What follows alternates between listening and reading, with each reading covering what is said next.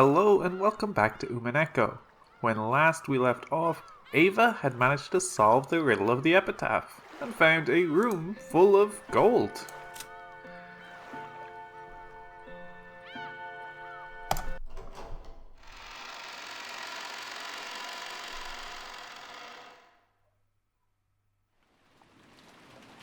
Rosa returned to the lobby. It was still her turn to rest, but her expression made it look as though she couldn't sleep deeply with all this tension. Take it easy and lie down. Keep this up and you'll have it pretty rough later on. Thanks for the concern. I just couldn't fall asleep. I've already taken a shower, so I'm good for now. The next person can rest.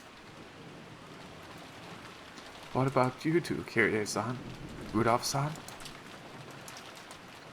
What will we do, Rudolph-san? Shall we rest? You can rest. I'll stay awake. That's the only manly thing I can do right now. Then I'll stay awake. Staying awake with my husband is the only womanly thing I can do right now. You two truly are close. You should talk. It seems Eva and Hideyoshi-san are out cold. It appears that, unlike Rosa, they can't fight against their age. As though in response to those words, the door to the hall clunked open. Eva and Hideyoshi returned from the guest room. That's none of your business. Oh, Rosa, are you sure you don't need to rest yet? You should talk, Nissan. Why not take it easy and sleep? I just can't get to sleep. Taking a shower shook my drowsiness off. Rudolph, Kyrie-san, you can rest if you want. Sure, thanks. Well, for now, let's say I appreciate the sentiment. Why don't you go first, Aniki? How kind of you. But I cannot rest first. That is the most I can do as the oldest brother right now. Do not worry, the two of us will stay awake until the very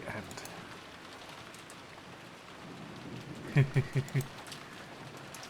More importantly, Eva-san, are you okay? You look a little pale. Come to think of it, you're right. Could it be a bit of a fever? Hideyoshi put his hand up against Eva's forehead. It seemed that Eva wasn't feeling her best. That goes without saying. That's what happens when you break your sleep cycle at your age. Is it a cold? Natsuhi, could you call Dr. Nanjo down? Yes.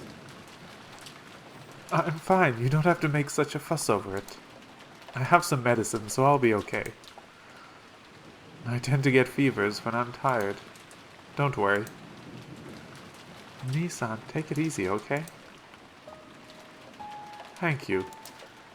If the siblings gathered without me around, I get the feeling everyone would start talking behind my back. It's a persecution complex from long ago. Sorry, okay? Well, I won't say anything. As if I'd say bad things about you behind your back, Nissan.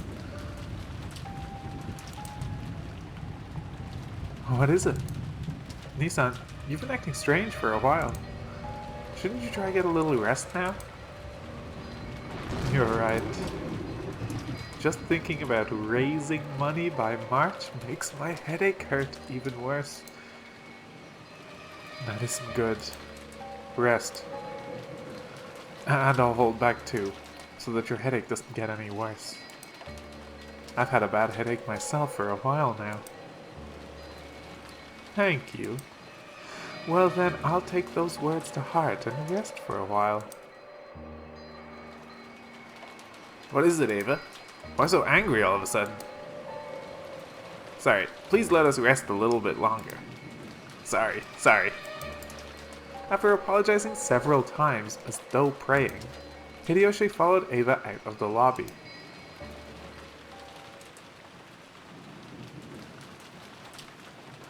I don't like this atmosphere. It's all so strained. That's no surprise. There was a murder early this morning.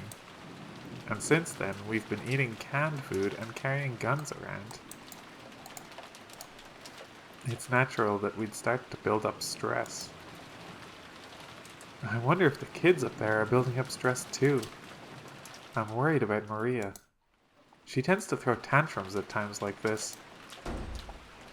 At that moment, they heard the sound of wild footsteps coming from the second floor. The guest house wasn't a cheap building, so they wouldn't normally have heard the sound of footsteps. It was like the sound of someone stamping their feet in frustration. And an instant later, accompanied by what seemed to be the sound of her running out into the second floor hallway. They could hear Maria calling "ooh, ooh, ooh" over and over again, sounding displeased. Rosa grabbed her head, her hair flying, and she voicelessly moaned in anguish. The adults conscientiously turned their backs to her, pretending not to notice. A noisy clamor came down from the second floor and flew into the lobby. It was Maria who was sobbing, along with the other children and Nanjo. In other words, they had all come downstairs because of Maria's tantrum. Rosa couldn't hide her dizziness at this new annoyance her daughter was bringing to everyone. Sorry, Aunt Rosa. We tried to calm her, but she just wouldn't listen. Ooh, ooh, ooh. Ooh, ooh, ooh. Wah! What is it, Maria? Could you be a little more quiet? Everyone's watching. It's that rose of hers from the rose garden. She suddenly started saying that she was worried about it. I think she's half asleep. She suddenly woke up and started going on about how worried she was about that rose. Maria-chan, calm down. That was just a dream. Ew, ew, ew, ew. That rose belonged to Beatrice and me. So if I don't take care of it, Beatrice is gonna get mad. It might get snapped off again. Ew, ew, ew. Ew, ew, ew, ew. Ah. I'm telling you to quiet down a bit, okay?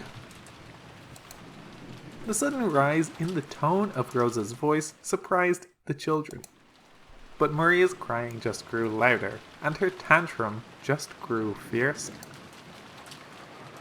Rosa-san, you mustn't scold a child so unsparingly. At times like this, it's best to give them some warm milk or something. Is there any here? The milk we just had for breakfast is empty now. Doesn't anyone have a sedative to use on kids? You know, those silver pill things? I have some. Yes, I'll search for some now and give them to her.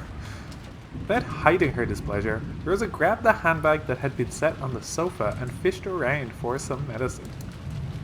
It seemed she had brought some child-use sedatives for Maria's tantrums. She found it and opened the bottle, but it must have been empty. Irritated, Rosa shook the bottle several times, but that didn't change the fact that nothing was in there. As she did that, Maria's crying grew even more intense.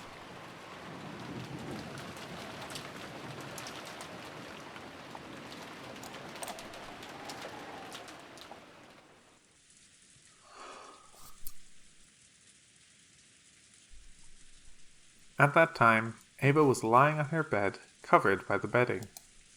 Hideyoshi returned from the washroom, folding a handkerchief soaked in water. Ooh, this is one nasty fever. I'll bet it's the poisonous air at this family conference that got you. For now, you can forget all about the other relatives. Okay? As Hideyoshi spoke to her kindly, he set the soaked handkerchief on Eva's burning forehead. Eva rested her own hand on top of his. Your hand feels nice and cool. If my hand feels nice, your fever must be pretty bad. Don't worry, the medicine will start working soon. Plus, my hand is a magic hand. I just put it against your forehead like this, and any fever will melt right away. You're right. Your hand always makes my fevers fade. Yep. No need for a doctor when you've got my hand. Don't worry, and close your eyes. My magic will make that fever fade away. Yes, I know. I can feel your magic. Hideyoshi was about to say it was just a placebo effect, but he stopped. If Eva said she could feel magic coming from his hand, then that was fine for now. I wonder if magic really exists. Yeah, it does. Only those who believe can tell, though. There's actually a lot of magic like that out there in the world. If magic actually exists, then I wonder if witches actually exist too. Oh? You mean that witch of the forest, Beatrice? She probably does exist for those who believe. Just like the gods. They don't show themselves except in front of those with strong faith. I did it too, you know. Long ago, I was able to use magic. Oh? Really? Then you were a witch too. I had dreams that I wanted to come true no matter what. After wishing strongly and trying hard, they always came true without fail. With my magic, my grades were always the best, and I even became the student council president and worked hard to get into the university I wanted. Everything I wished for was granted. That's right. Your magic was always a thing to be reckoned with. You're definitely a witch. And you work harder than anyone. I know all about it. When I was a kid, the whole time, there was another me inside myself who always supported me. And that other self was a witch. I didn't believe in Beatrice, the witch of the forest. I always believed that if a witch of Rokkenjima did exist, it was the witch inside my heart. I was so grateful to that witch inside myself. I was always grateful that she brought me to you. You get too timid when you're sick. Don't say anything for now. I'll stay like this the whole time until your fever's gone down. Yes. Don't take your hand away. No matter what. Somehow, I feel like I'm becoming something that isn't myself. And I've been scared for a while now. I get the feeling that the witch inside me was provoked by Beatrice and is growing stronger and stronger. Somehow, it feels like she's going to swallow me whole. It's okay. As long as I'm with you, there's nothing to be afraid of. Remember the time we went to that dangerous country and the whole bus got robbed? I drove them off. Didn't you just hand over your gold watch and beg them to go away? It was pretty lame, but it was cool. Don't move your hand away, no matter what. Not even if I fall asleep. And if something creepy sneaks in here, protect me. Yep, leave it to me. And that's why I'm telling you to stop worrying and get to sleep. Because the medicine and my magic will start working real soon. Eva finally calmed her heart and closed her eyes.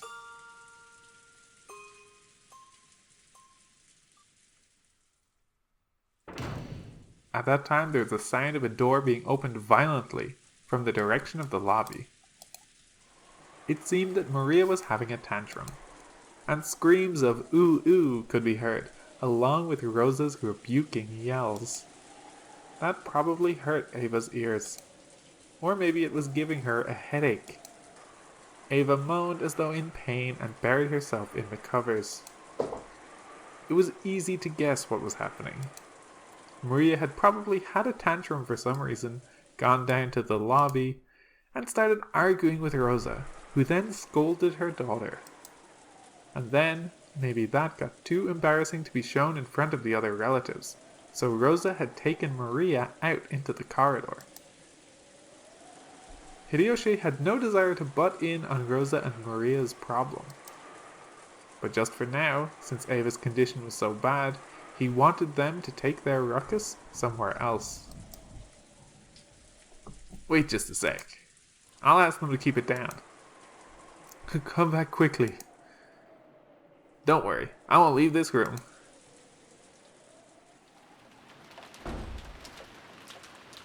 Hideyoshi removed the chain, opened the door, and stuck his face out into the corridor. He immediately met Rosa's gaze. Everything okay, Rosa-san? I'm sorry, did all this noise wake you? Ew, ew. Ew, ew, ew, ew.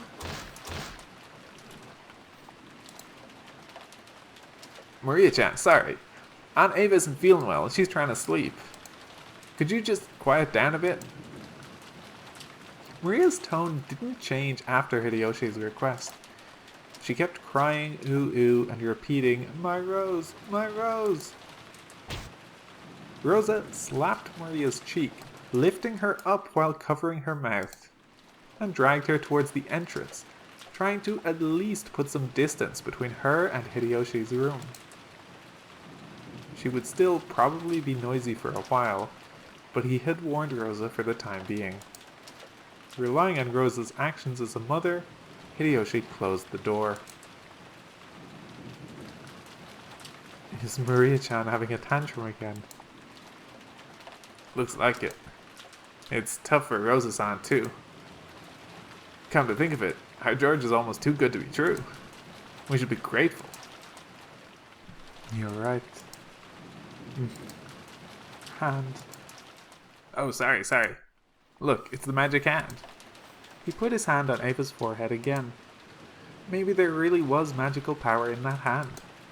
A truly peaceful look rose to Eva's face, and bit by bit she began to drift off into the land of sleep. As he had promised, Hideyoshi kept his hand on her forehead.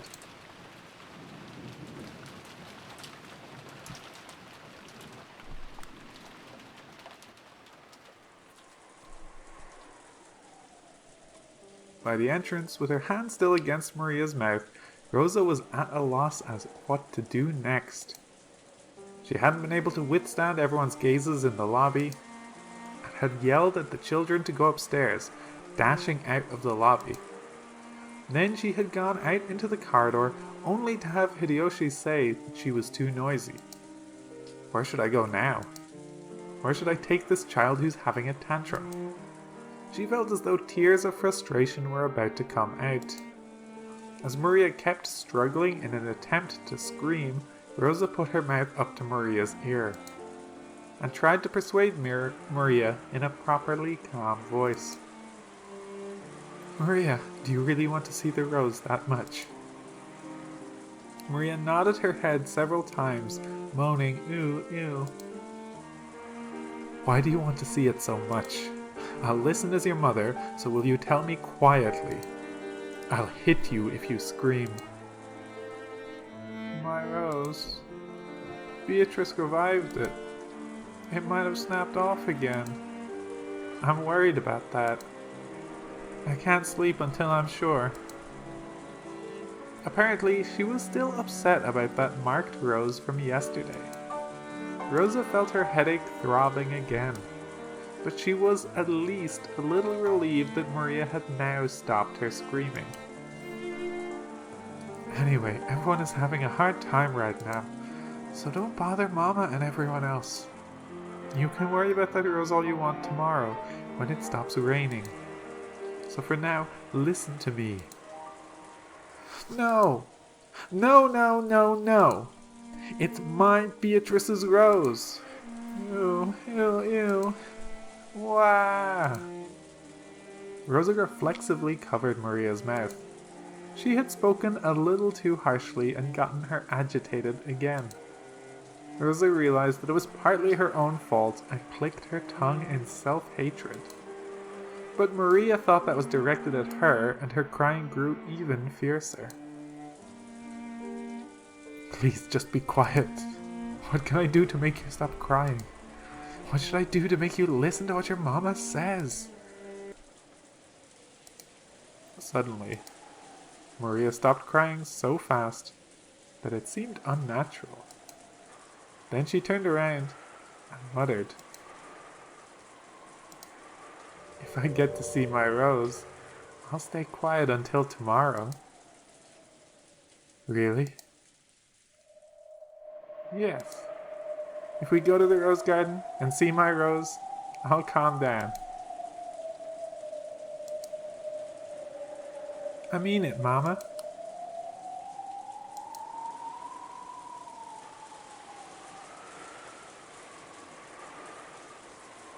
If it would keep Maria quiet for the time being, Rosa thought that even going out into this wind and rain would be a small price to pay.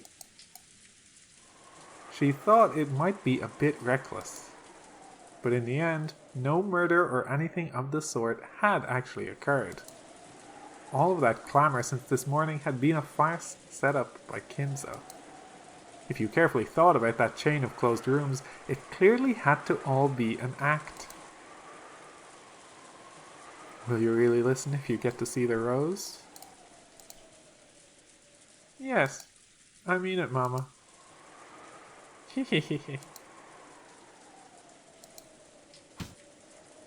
Ouch. Rosa didn't overlook that creepy laugh and lightly hit Maria with her fist. And she shrugged, as though giving up. Understood. If it's just one look, then I'll agree. Will that work? Yes, Mama. I promise.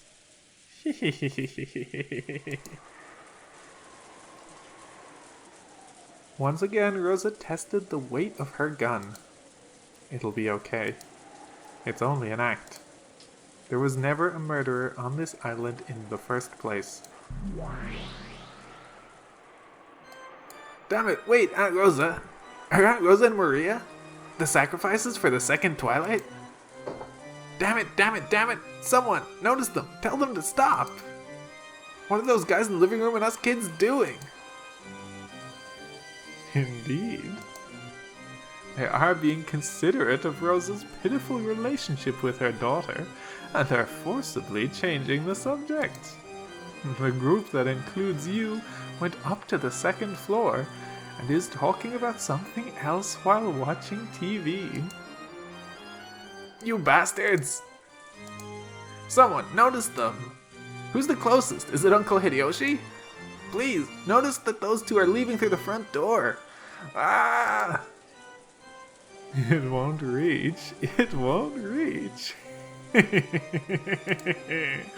Don't disturb their precious time together.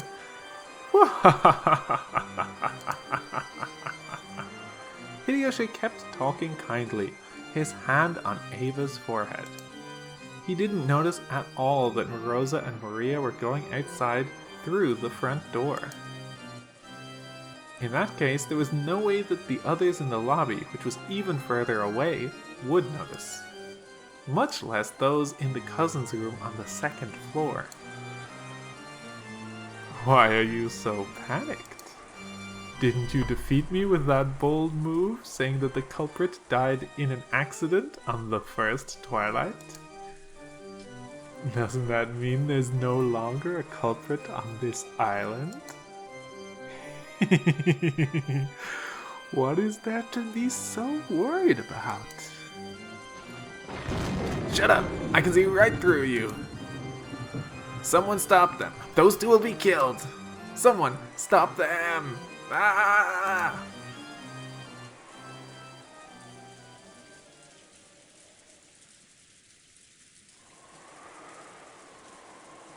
There was no way that Battler's voiceless scream would reach Rosa or Maria.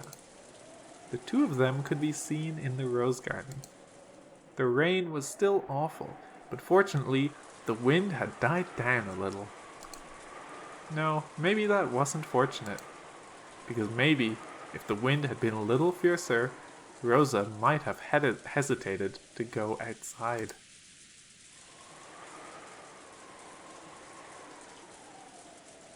Ew, ew, ew. Here it is. Maria found her rose with the gold lace and stared at it lovingly. Rosa had accepted the promise under the condition that Maria would only get one look at it. But she didn't want Maria to complain that it hadn't been enough later on, so she decided to go along with Maria until she was satisfied. She believed that there wasn't a culprit, but on the off chance that she was mistaken, they were now in an extremely dangerous position. Rosa realized that faintly herself. If things got bad, she would throw away her umbrella and ready her gun. After glancing at Maria's innocent happiness, Rosa gazed warily in all directions.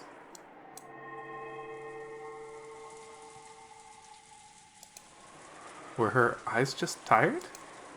Even though no one should have been there, she thought she saw something glitter in the dark rose garden. Gold-colored? It had to be her imagination. Because, to Rosa, it seemed as though gold butterflies were dancing through the rose bushes.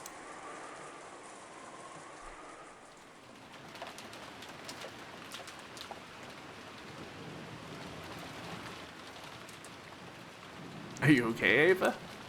Just take it easy. Should I call Dr. Nanjo after all? I'm fine.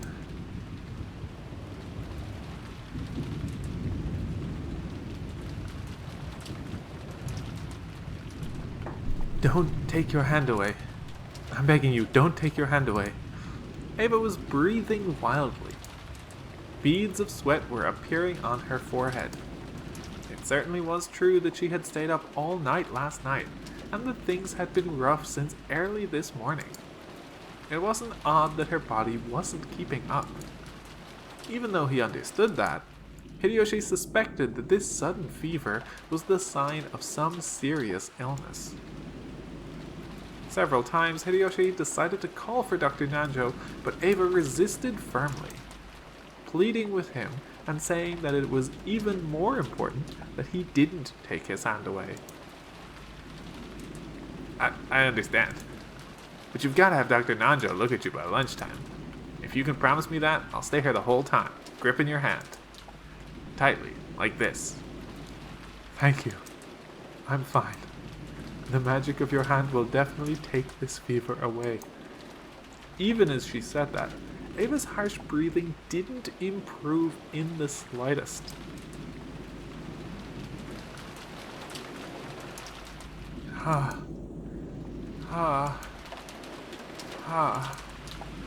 Don't let go. Don't let go.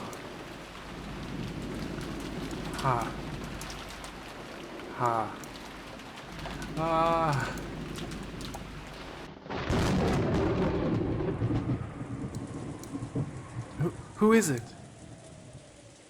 She saw an umbrella moving from beyond the rose bush. Rosa threw away her umbrella and wildly lifted her gun. When she did, the shadow of a person beyond the bush showed itself. Who?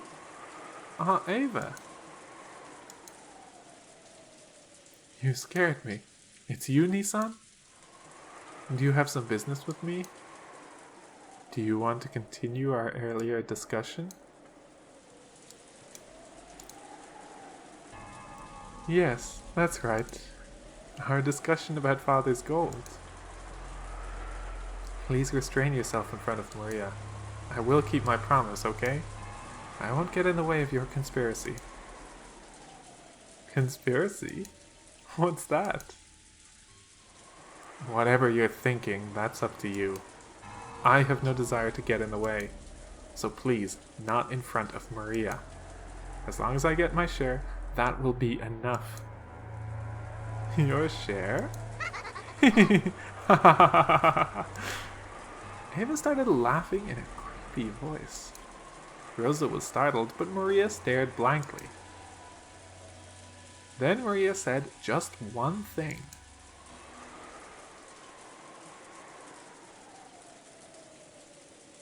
Who? Auntie, who are you?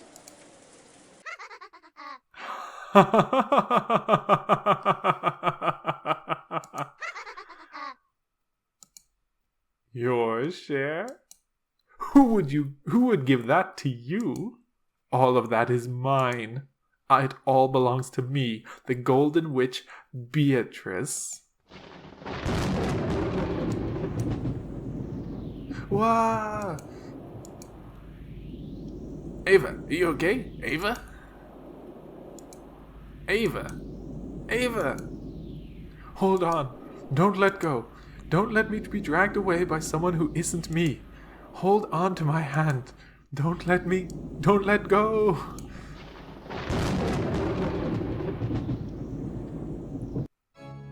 When did you ever work hard? You never worked hard for anything. You were always hiding in our shadows. You always escaped from shadow to shadow without fighting. And yet, you really think yourself qualified to make demands of me over the Higurashi family gold? All of that is mine. It's all mine alone as the head of the Higurashi family and the new Golden Witch, successor to the name Beatrice. Beatrice? It's Beatrice! Mama, Beatrice! Maria jumped at her mother in ecstasy. Rosa treated Maria cold-heartedly and raised her gun high. Hey, you're Nissan, right? You are Nissan, aren't you? Wrong. I am no longer the one who was your sister. Then who are you? Are you trying to say that you're Beatrice? That's impossible. You died 19 years ago. Yes, you are definitely dead. After all, I clearly saw how your head was split open. I can remember the insides flowing out like it was yesterday. How can you be alive and here right now? The concept of death does not exist to a Golden Witch. The Golden Witch in the name of Beatrice will be handed down for all eternity. Maybe the Beatrice you knew met with death, but that name is mine now. And therefore, it's eternal. The concept of death does not exist for Beatrice. All I can see is that the gold has driven you mad. How pitiful, Nissan. Come on, you know I'm not your sister anymore. Well then, as the new Beatrice, I have been tasked with my own resurrection ceremony. Ronave, what should I do? That is up to you. You already have the power to make whatever you think reality. You should grow used to it once you've tried it out a little. You worthless former sister. You should consider it an honor to have been selected as the first sacrifice I offer as a witch. On the second twilight, I'll tear the two who are close apart with my own hands.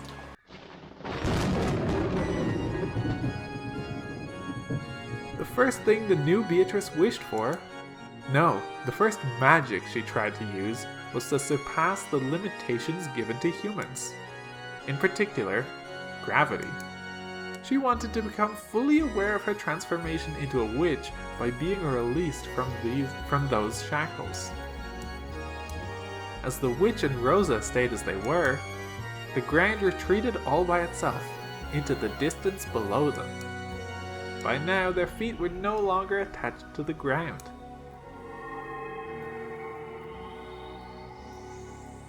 Rosa finally realized that the earth wasn't retreating into the distance below them, but that she and the witch were being sucked up into the rainy sky. Huh? Yeeh!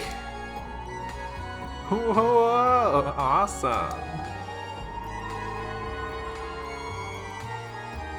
For a human shackled to the ground by gravity, there is nothing more unnerving than having their feet stop sticking to the ground.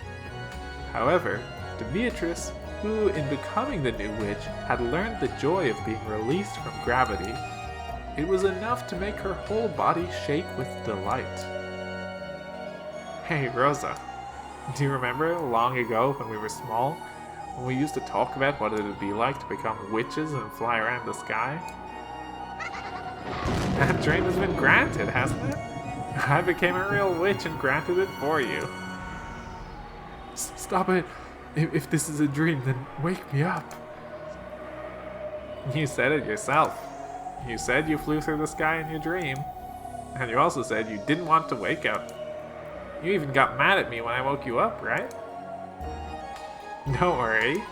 This time, you won't wake up, okay?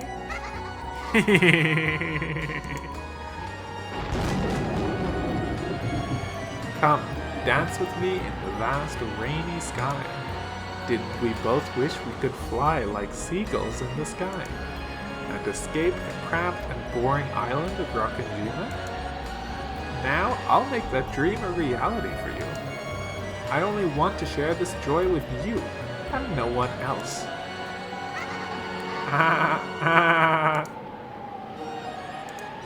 It's so fun, Rosa, it's so fun.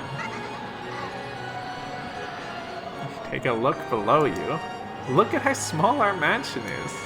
I wonder how much time we spent in a place that small. Now I'm especially shocked at how cramped and tiny it is.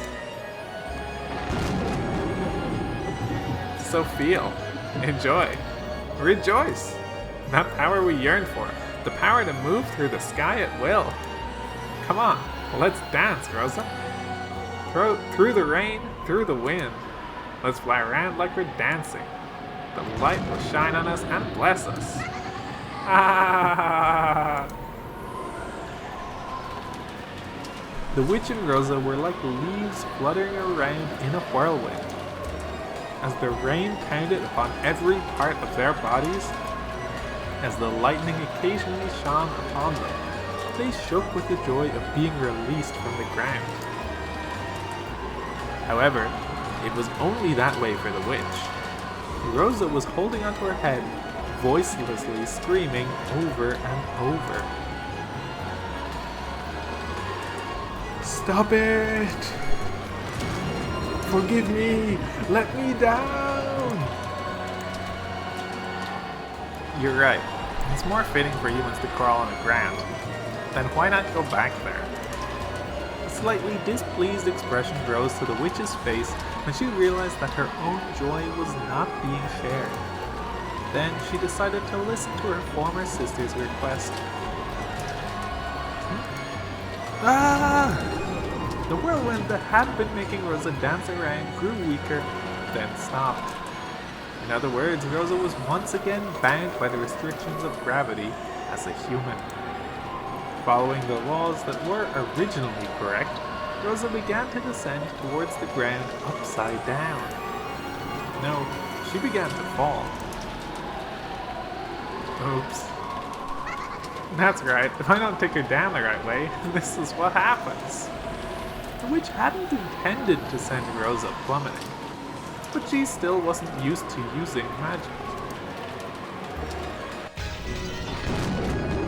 After plummeting about 100 meters into a rose bush, as a very, very natural result, Rosa died instantly. But the witch hadn't intended to kill her, so she wished that Rosa hadn't died. When she did, gold butterflies coiled around Rosa's body, reviving that life just as the witch had wished.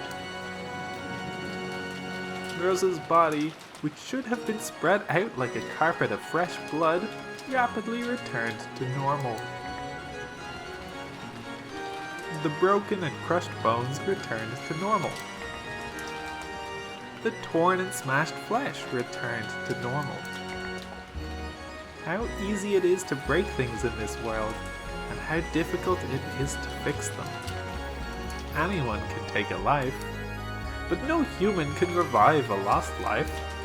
By surpassing the irreversible, one proves that they have surpassed humanity. This surely gave her a much, much greater realization of her position as a witch than flying through the sky had. Awesome! I can even revive ended life. Of course, Higurashi is the endless witch. To live and to die, to bring to life and to kill, all of it repeated endlessly. Higurashi, the endless witch, is the queen who controls the cycle of life and death. One time, I knocked over a fishbowl. The fragile and beautiful bowl broke, and I couldn't put it back together again. I'd never see that cute, pop-eyed goldfish swim again after it landed on the floor. No matter how much I cried, the servants shook their heads, saying that broken things and dead things could never be revived. And that's when I learned something. You must not break things. You must not kill people. After all, you can't fix them. So if you can fix them, then you won't get in trouble for breaking them, right? Awesome. Awesome, awesome, awesome!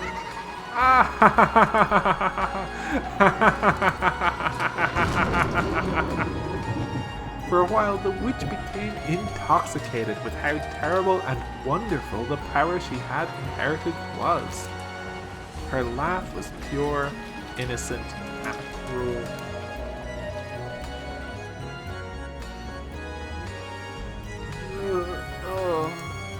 Even though Rosa had been revived, she let out a cry of anguish at the pain from her fall. At that point, the witch landed and held out her hand. Haha, sorry about that, Rosa. I didn't think flying in the sky would be so much fun. Sorry, I'm real sorry. And I didn't know humans could die so easily. But I've brought you back to life, so we're even. So get up, okay? Play with me some more, okay?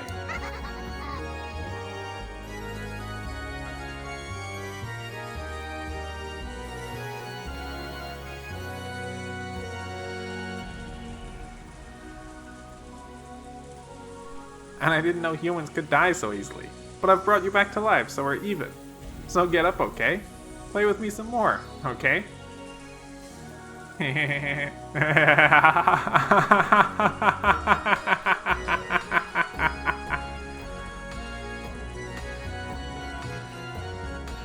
What were those dreams you told me about when you were a kid? Go ahead and tell me all of them without holding back. As I am now, I can make anything come true, no matter how absurd. Even drowning you in a sea of jelly. Even having you get sucked into a mountain of cake. I can even make you sprout butterfly wings and flit around the garden, okay? I'll do them one after another. Let's start with the ocean of jelly, alright? Stop it! Oh! Rosa was once again thrown high into the rainy sky. However, the sky wasn't filled with raindrops, but drops of orange juice. When she looked down, Rosa had to doubt her eyes. The rose garden had disappeared, and the ground spread out beneath her was like a pastel-colored jigsaw puzzle. It was an ocean of jelly, like the one she had spoken of from her dreams when she was young. The black part was coffee jelly. The red part was strawberry. The yellow was pineapple. And the green was melon. What was the white part? Apple? Did Rosa even have time to think stuff like that?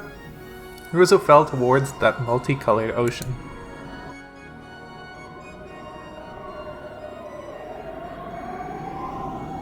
And she sunk deep into a purple grape-flavored sea. It really was an ocean of jelly. It had no bottom. As Rosa sank, she was shocked to see a school of transparent fish swimming through the grape jelly ocean.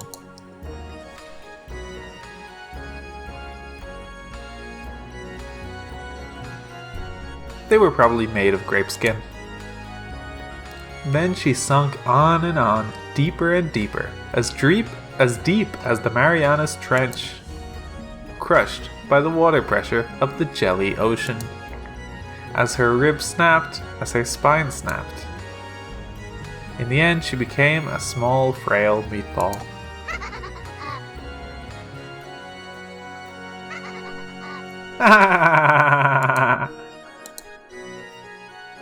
What a truly wonderful experience, to drown in an ocean of jelly. It's a dream no one else can imitate. I made it come true for you. Yeah. The instant I snapped my fingers, the meatball that had been Rosa was launched up into the sky. and after being wrapped up in a golden sparkle, she returned to her original form. It was as simple and easy as returning dried seaweed to its original form, and anyone could do it. If they were a witch. That absent-minded look on Rosa's face has to be the joy from having that dream she gave up on as a child come true. Definitely. Probably.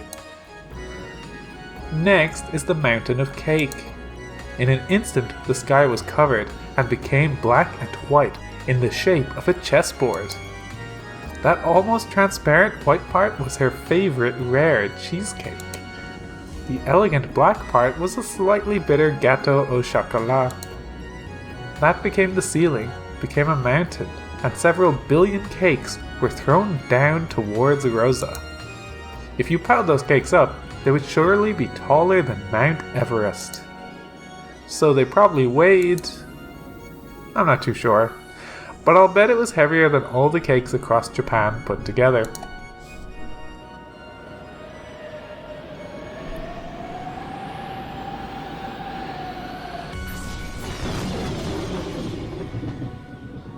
It fell down like a ceiling and swallowed Rosa up. So, as a very, very natural result, Rosa was crushed to death. In less than a second, her bones broke through her body and her insides were all smashed and forced out. Squish, pop, slop. Even so, an even greater number of cakes piled up on top, and Rosa ended up as a layer of jam wedged between them. She became as thin as a single hair, and was probably spread out over the area of a tennis court. That world swallowed up by cake was once again absorbed by a gold flash. Then, as though it had all been a dream, Rosa was revived once again. Of course, it definitely wasn't a dream. She had been revived after dying. By that point, death, which most humans only have to experience once after they're born, had already been experienced repeatedly by Rosa. In other words, she had gone through that which humans cannot, the precious experience of dying more than once.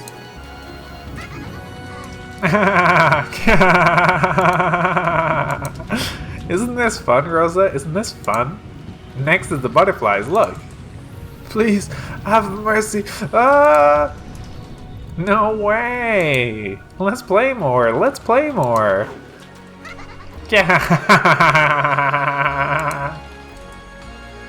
Laughing innocently, she pointed her gold staff at Rosa as she begged for mercy. When she did, Rosa glittered gold and rapidly began to shrink. She shrank down to the size of a real butterfly. Then gold wings sprouted from her back and she joined her fellow gold butterflies. However, while a human body could withstand that wind, it was a different matter for a butterfly's body.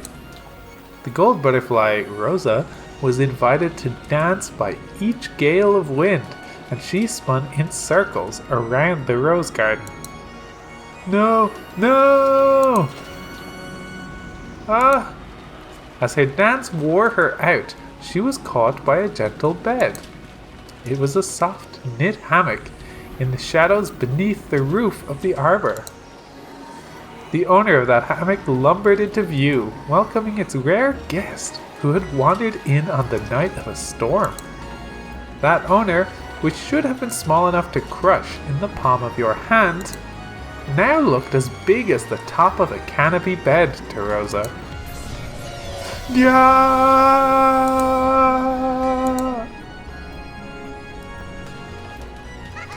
Yeah!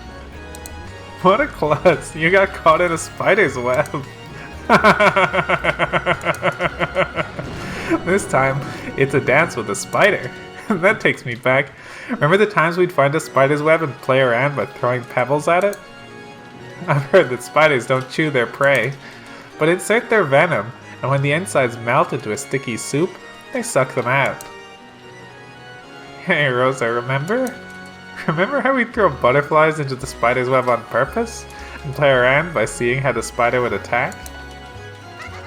Yeah. I guess you don't remember, do you? This happened before you got into grade school. Make sure you watch closely this time, okay? Very closely.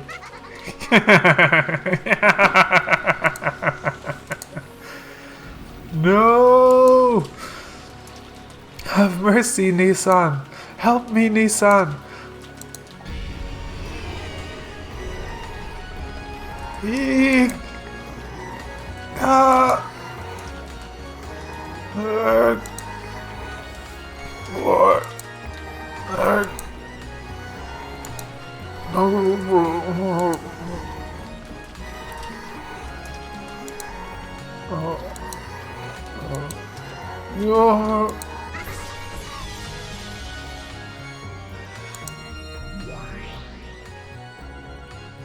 This girl's not bad. She can truly use magic at will.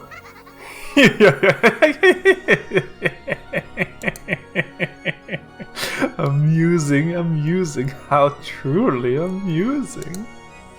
You feel like laughing too, right, Battler?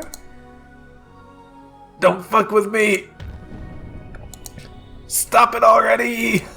What's so fun? You're insane! What's so fun about doing something like this?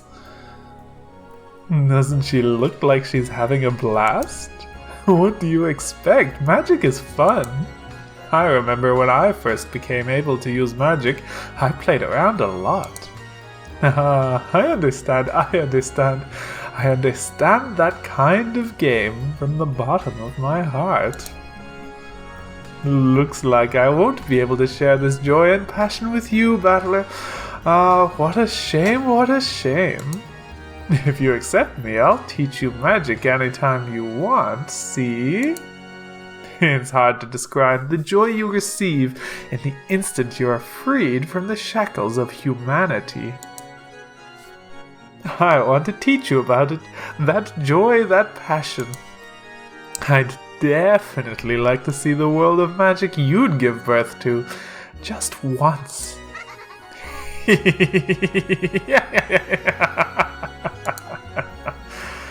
Isn't this starting to get fun?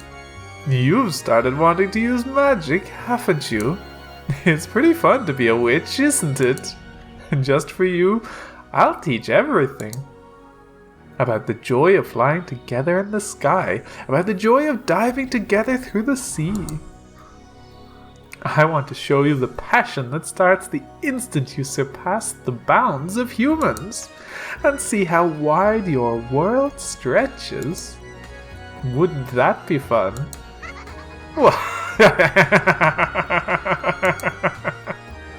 There was no malice in Beato's expression. It was hard to believe, but she was genuinely enjoying this cruel show. And she wanted to share that appreciation with Battler.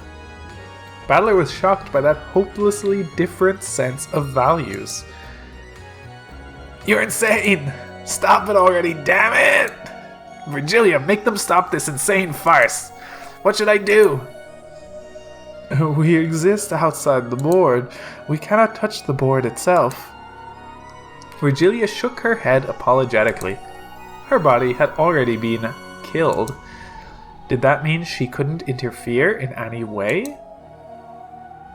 As Beatrice continued to look amused in an insane sort of way, Battler lifted her up by the collar and yelled at her. Stop it! Stop it! Stop it! Quit messing around, witch! Are you trying to tell me that's Aunt Eva? That's impossible. The Aunt Eva I know might be a bit mean at times, but it's completely impossible that she's the kind of person who'd do something this cruel. This is all part of your deception. Don't toy with Aunt Rosa. Don't toy with Aunt Eva. Stop this farce right now! I told you, I'm not the one playing with Rosa anymore. Like I said, that's the new Beatrice. Is it really so terrible that you have to squeal like that? You're also pretty fond of stuff like this, aren't you? You actually have just a bit of interest in magic and... Ouch! What are you doing?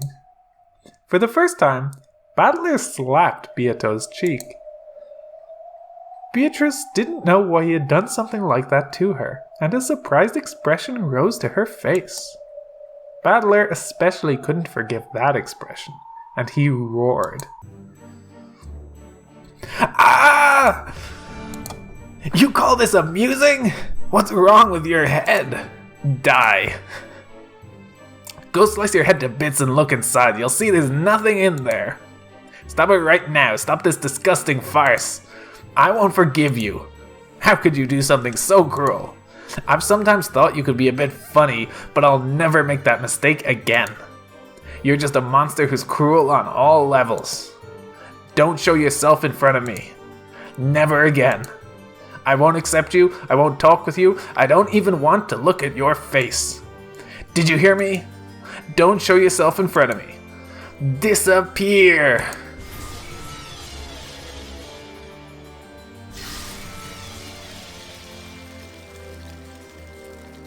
The instant Battler screamed, the power that resisted the witch became a red wall and knocked Beato back onto her butt. Oh, whoa. What are you talking about? Isn't it an interesting show?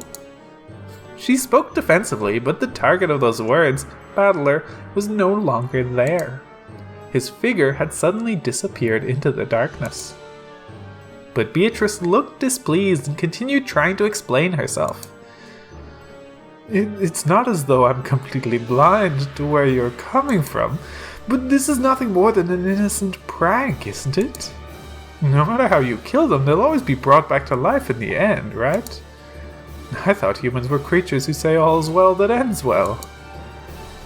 Hey, teacher, there was no reason for him to get so angry, right? She was hoping for approval, but Virgilia simply faced her with an indifferent expression. To Beato at that moment, even an exasperated look would probably have been better. I have nothing in particular to say. If you think this is fun, you can keep watching as long as you want. Call me when it's over. I will vanish until then. Following Battler's lead, Virgilia vanished into the darkness. Beato, who was now completely isolated and didn't have a clue what was going on, felt that they were making her out to be the bad guy.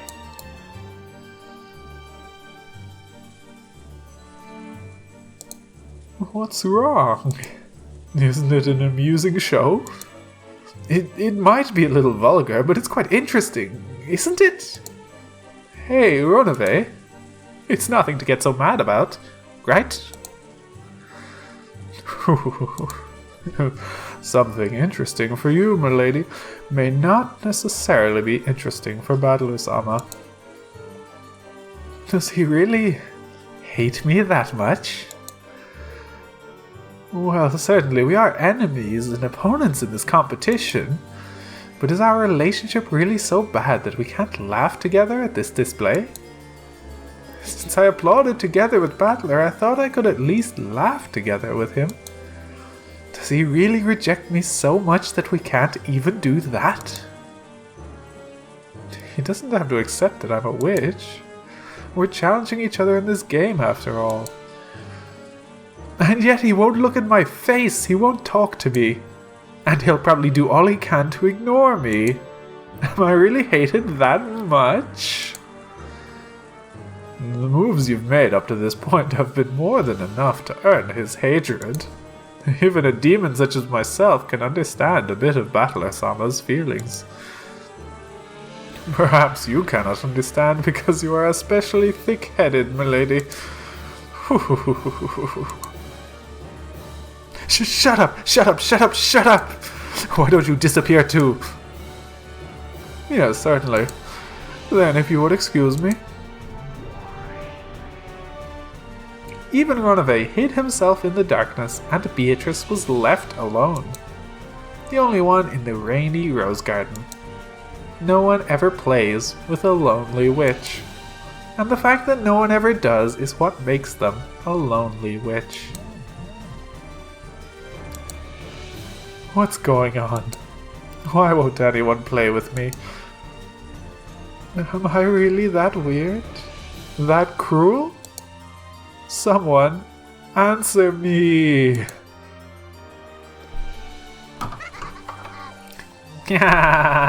Isn't this fun, Rosa? Isn't this fun? Hey, how should we play next? Of course, we should play with Maria too, right? Let's all have a friendly walk together, okay? Let's swim in a pot of boiling chocolate. Let's have a picnic in a cake-rising oven.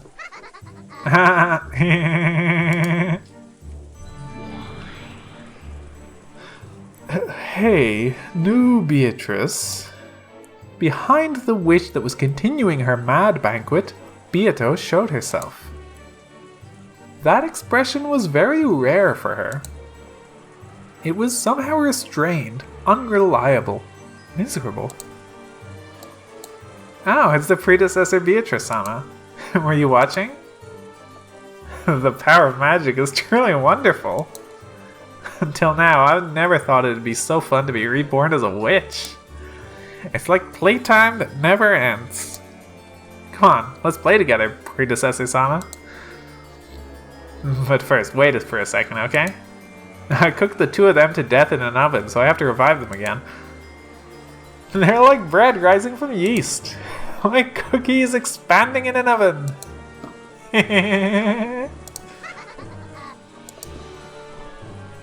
Listen to what I'm saying. Well, isn't that enough for the sacrifice of the second twilight? Of course, there are no rules regarding how you kill them, but, maybe you shouldn't toy with them any more than that. What are you saying, predecessor-sama? I heard from Runaway a short while ago. Wasn't your magic much, much more wonderful, cruel, and crazy? That Halloween party where candies poured out of 6 people's stomachs was truly wonderful. So maybe I'll act out Alice's tea party. I'll invite everyone to a tea party in celebration of a completely pointless day and entertain them one by one with magic. I wonder if I can do it as wonderfully as you. I wonder if I can be cruel in my own pop-cute style. Now that I think about it, all fairy tales are cruel, aren't they? Now that I'm a witch inside one of those fairy tales, I finally understand. I have also, sometimes thought that, in the past, I might have gone a little too far.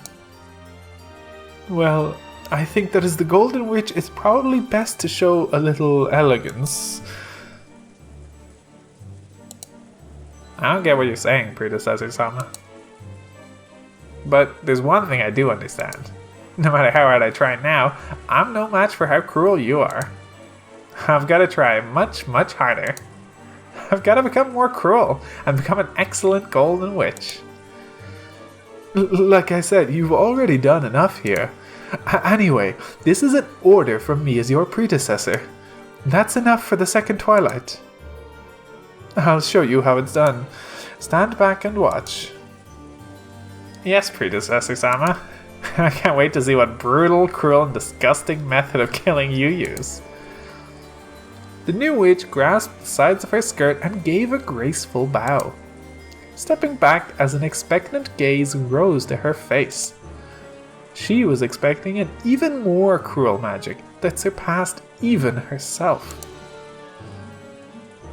Well, speaking of that, you're only half a witch if you can only kill with methods like that.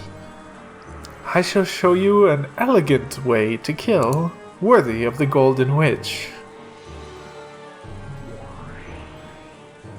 When Beato waved her pipe, 7 colors of smoke poured out, reviving Rosa and Maria. Compared to how the new Beatrice had done it a short while ago, it was slightly gentler. It was probably gentler than how Beato had done it herself up until now. Rosa's consciousness had already grown dim from the pain of so many repeated deaths. But even so, she pleaded that her daughter be spared. Please, have mercy. Even if it's just Maria, have mercy. Ah, Mama! Sorry, my disciple just, acted without restraint for a bit. Forgive me. Beatrice! Wah! When Maria realized it was the real Beatrice, she jumped onto her. You promised, right, Beato? You promised you'd take me to the Golden Land, right? There, I'll be friendly with Mama, and everyone will laugh together. You promised you'd take me there, right? About that, I can no longer keep that promise. Because someone appeared who could solve the riddle, I am no longer the Golden Witch Beatrice. Sorry. I can no longer keep my promise with you. Why? Why?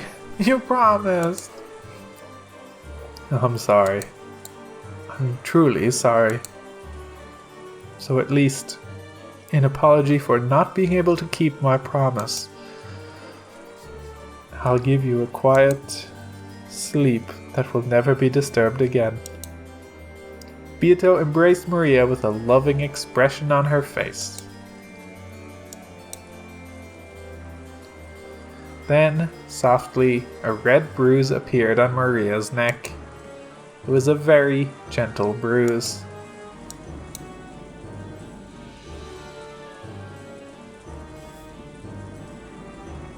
Its redness grew bit by bit, and when it distinctly formed itself into the shape of a hand, Maria's neck tilted suddenly, peacefully as though she had fallen asleep.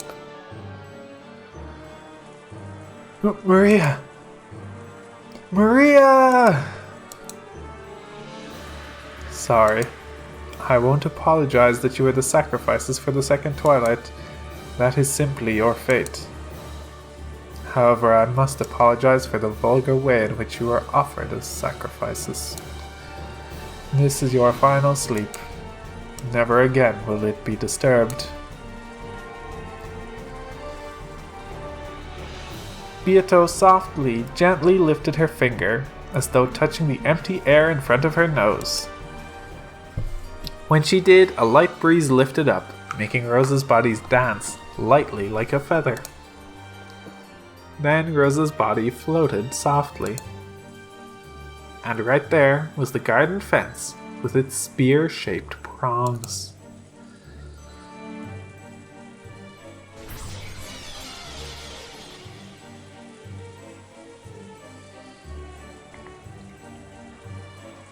The spear of the fence pierced Rosa's medulla oblongata, benevolently, without toying with her, in a single blow. Rosa's life was snapped out. Compared to the earlier innocent yet cruel events, it seemed to be over much too fast. It just looked like a doll-shaped Rosa. It just looked like a doll shaped like Rosa was leaning against the fence. But she had passed away.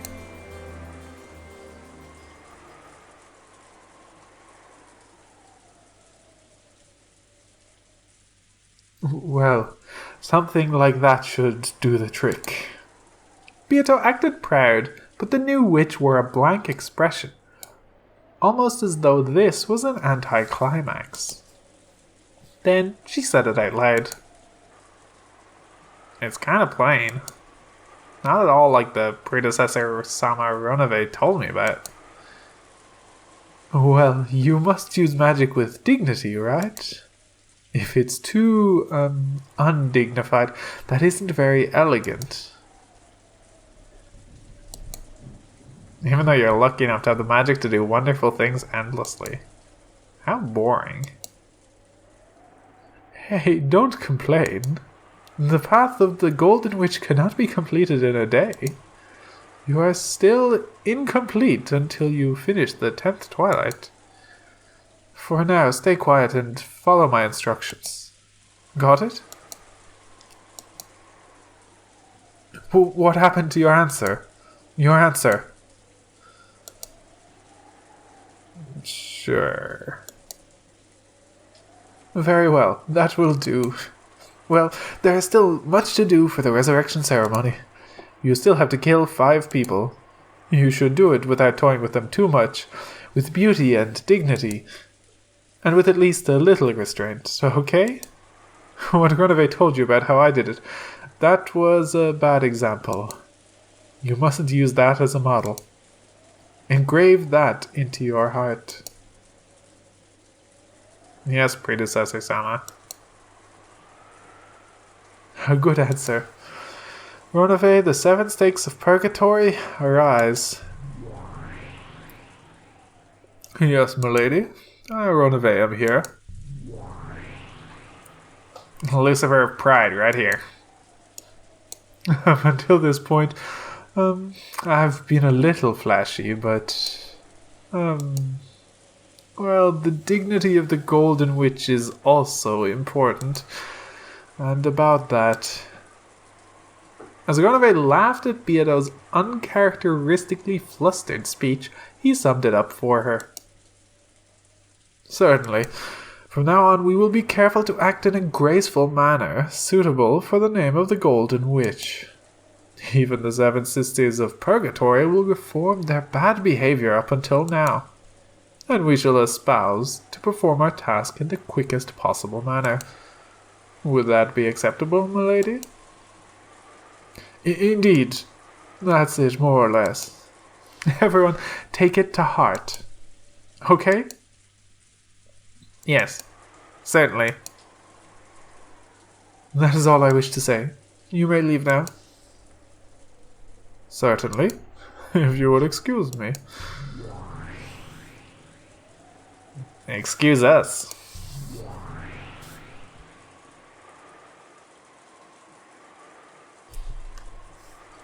Well, that's all I want to say. So, take care as you move forward. Understand? Act with dignity and, restraint, okay? Give it your all. I will be watching over you.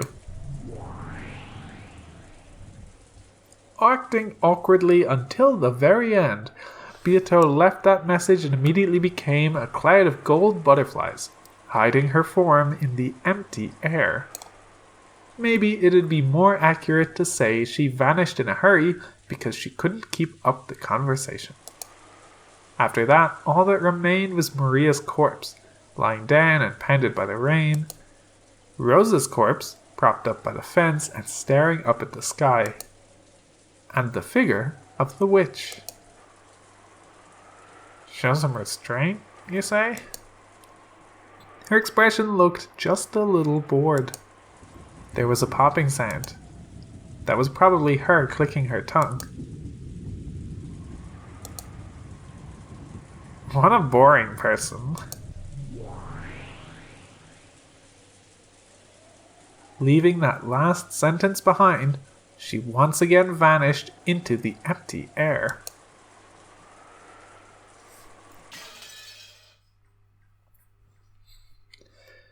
And that's going to do it for this video. The 2nd Twilight has been completed.